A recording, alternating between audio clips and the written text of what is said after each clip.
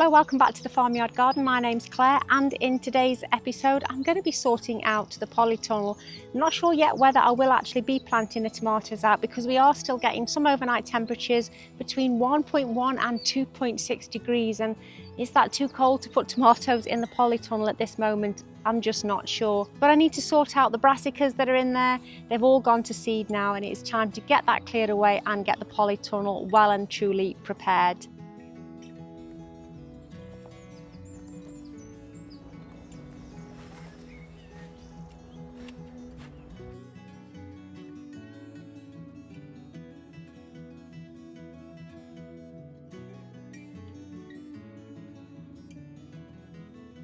There's also some spring onions to harvest and a couple of cabbages in there, and maybe I can salvage the odd lettuce as well.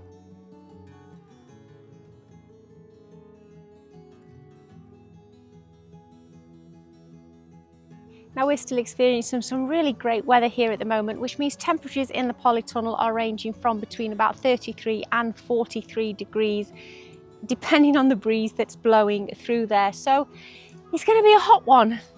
Let's get cracking.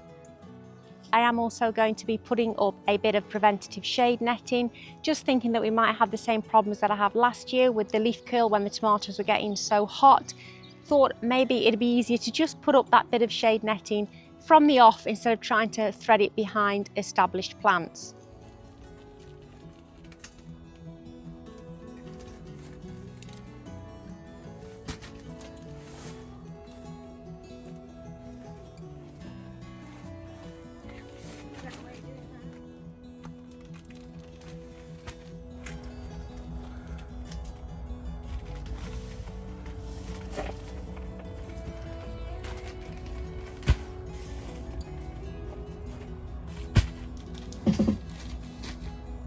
Now, as is always the case after you've just emptied a season's worth of crops out of your polytunnel, I need to amend the compost in here before the next crops go in. It's easier just to bring some bales in than keep trying to tip wheelbarrow fulls in here. All that's remaining in the polytunnel now are a few garlic right at the back, and I'm going to leave those in for now.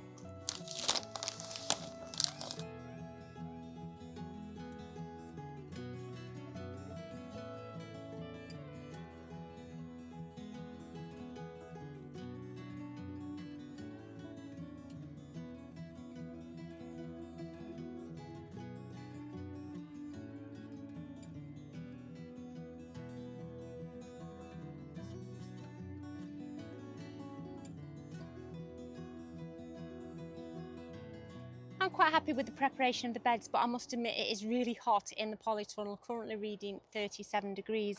And I've noticed that the Alderman peas on the shelf here, whilst they're being watered actually twice a day, are probably feeling the heat of being in here. So I'm going to leave this job for a little while and come back to it when it's cooled down a bit. I think next job is to get these peas out. I think it's time. Now I actually have 2 trays of these. I'm not sure how many I need to fit around a single teepee, but I'm going to go and get the canes first and make the structure. This is still attached from last year. Now I'm not sure if I'm going to be able to get this in the ground very easily.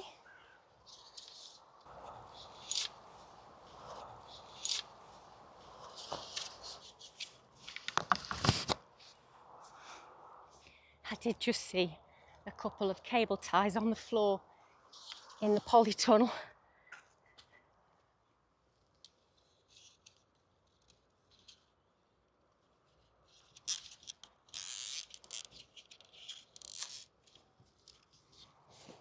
Now my sister's bought a new pea and bean structure this year, and she's given me these jute nettings because she doesn't need them. So I'm going to try and use one of these on here. Thank you for that, Joe. And the question is whether I can actually reach over the top. Oh, just about. And see how much. Don't need much of it at all, do I? I could cut this and probably make 2. Basically, I'm just going to work my way down here, fastening this in. While I carry on and do this, I'll show you a little bit of footage around the farm while we were checking on the livestock yesterday.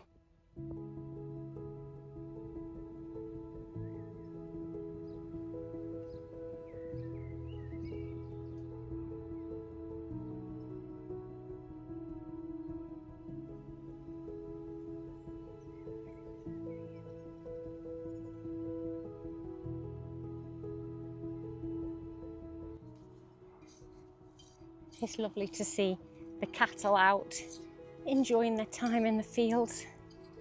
Now I'm going to start planting these Alderman peas, and I'm not putting any more fertiliser in here right now because this is a fresh bed. It's one of my new raised beds that we've put in this year, and it's had a lot of manure under here. But I will be adding some seaweed feed fairly shortly to them. Look at those roots. Wow, they look good, don't they?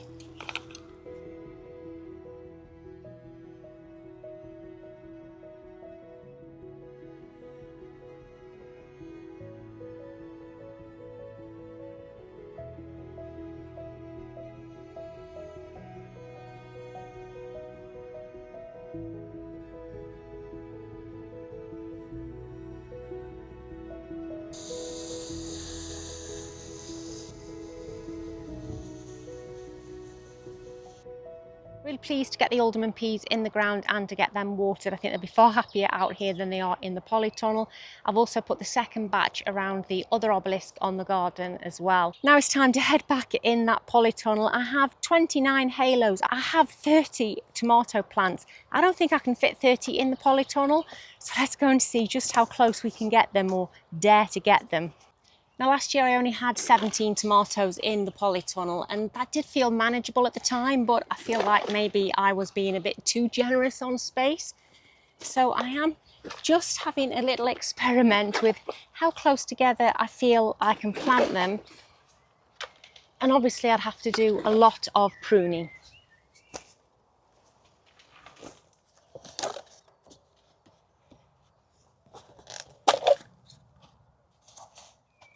Loads of people put them this close together and they do okay, but I'm really not so sure about it.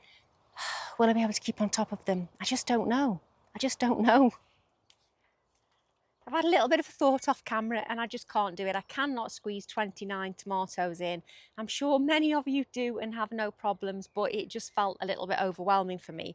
So I've cut it back to 22, which means I'm going to have to make some tough decisions because I have 30 tomato plants in the greenhouse, and obviously I now only have space for 22. I don't want to put any outside, so I'm going to have to decide which ones I'm not having because they're all different varieties. What I'm going to do next though is cut the paracord that I'm going to hang them up with. Now last year I had some really thick paracord, and to be fair it was too thick because it meant that I couldn't actually twist it around the tomatoes because it was just too stiff.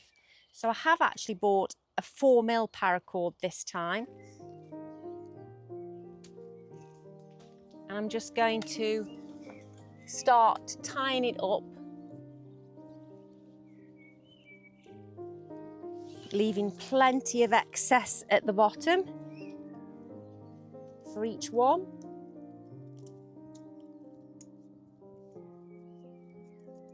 Oh dear. And that will be another job sorted. My feeling here is that if I lock this pattern in, I won't change my mind again.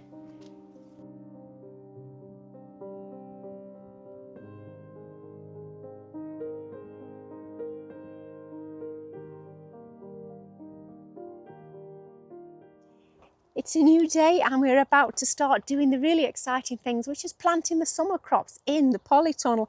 And I'm going to start with this, which is actually a sweet potato, and it's bigger than it looks if I just undo it.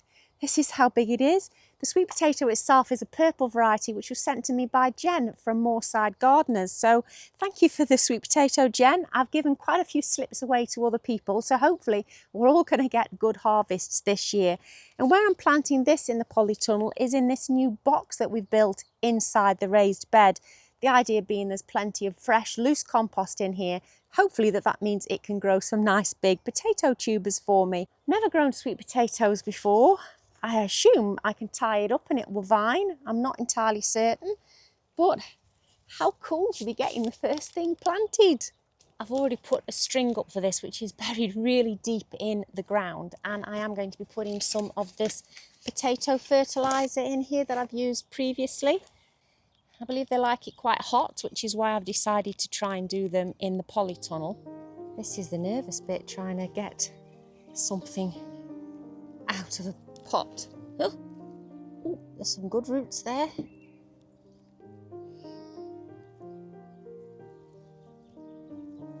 In you go.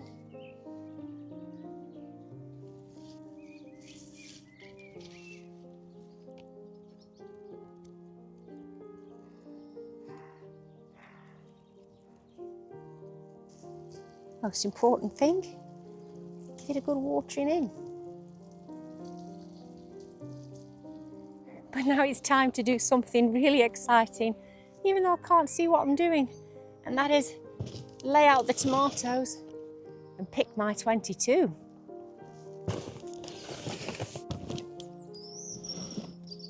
Absolute ridiculousness of how big they are this year before planting out. I need to have a look through, don't I, and see which ones I can instantly rule out and ones more likely that I'm going to instantly say I really need to have.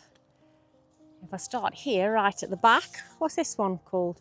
Red Alert. Well, that's not actually a heritage tomato, so that's the first one on the maybe list. Jubilee beefsteak, we'll have you, definitely. Slat lava, that was one from Kerry. Now this one here isn't the healthiest looking plant, but it is the only one of this variety that I had germinate anyway, so I've had to kind of roll with it, and this is Luc Vichois, which is one of our favourite tomatoes from last year, so I really need to give that one a go. Cherokee Purple, these seeds came from Jane at Jane's Growing Garden. I really want to try that. Dr. White Cheese Yellow, that was from Ali and Trisha at the Right Pear Plot. Love to Ali and Trisha because they're not making videos at the moment. How many is that? 2, 4, 6, 8, 10. Okay. Sweet Cassaday, yes please, we'll have you. And Cowboy, again these are seeds that came from Kerry at Dog on the Plot.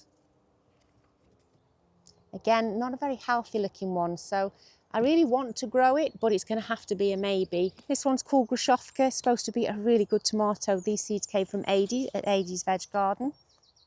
Right, so how many have I got on that? 2, 4, 6, 8, 10. Oh, so that's 20 tomatoes there.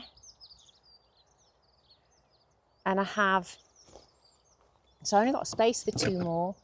So I've got indigo cherry drops, that makes 21. And then I've got pink brandywine and San Marzano. So I think I'm going to have San Marzano. And they're my 22. There's a garnet there though. Oh my life, I need garnet, don't I? And Cowboy, oh, I really want 24. Can I squeeze another 2 in? I'm going to have to give it some thought. All right, don't judge me. I can fit one more in there. 23. Could I fit another one here?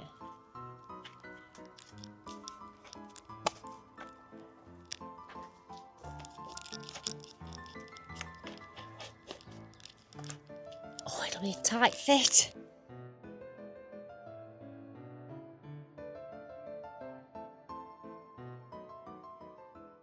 Now all of these tomatoes are out of the greenhouse, what I can do is take these pumpkin seedlings back across there now, which have germinated, and these peas that are on the shelves, unless I plant them out, because this means I can put the shelf up now and got room for the tomatoes to grow underneath.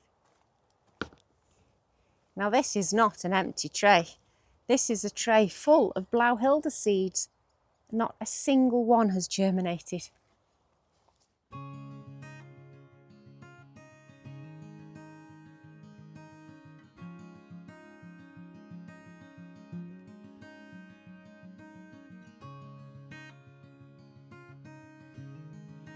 Now that took a lot longer than I expected, but now this is stowed back up here, I'll be able to fasten my tomato supports to it.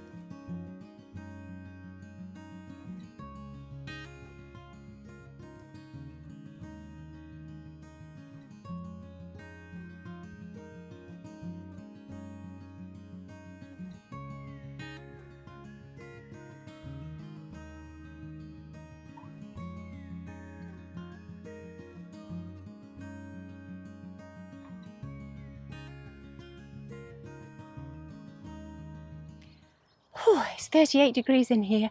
I'm pleased to get that first bed planted up though, but before I plant the middle bed, I thought we'd have a catch up with the things that I tried to re-sow. If you remember, I had failure with my carrots and my parsnips.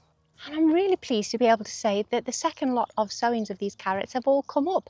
Now, whether they survive when we have the next lot of rain or whether slugs take over, who knows, but it's looking good so far. Moving to this bed, and all of those radishes have germinated. They're going to need thinning out very, very shortly. And if I look next to the radishes, you can just see that the Hamburg parsley has all started to germinate as well. The original gladiator parsnips that came up are looking magnificent. They've put on quite a bit of growth and I'm really pleased with those. But I was thinking that I'd been unsuccessful with even the second sowing of parsnips in this bed, but I've just noticed that they're actually starting to germinate. You can just see a few of them just starting to poke through the surface. I'm really pleased about that. And if I walk along here to the beetroot bed, the beetroot is all germinated and the ones that I transplanted do seem to have put on some growth. So I'm really thrilled with how this bed is looking as well.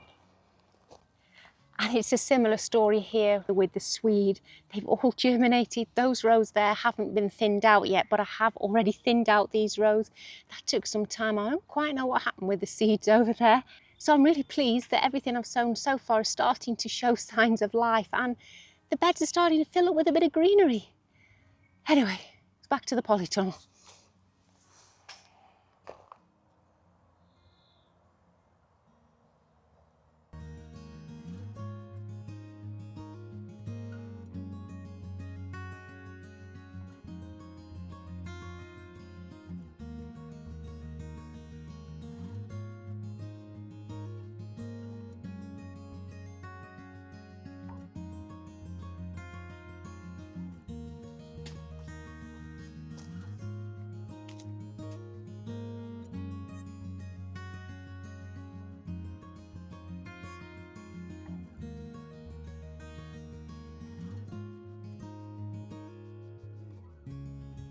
Look at that, not even finished planting them out yet.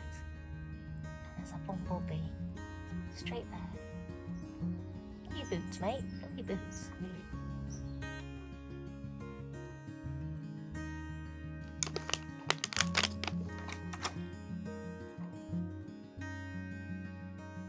I'm going to carry on and get the rest of these marigolds out and plant basil around the other tomatoes, and I'll catch you in the next video. I'm hoping you've got your tomatoes out. It's all systems go now. Look after yourselves. Bye.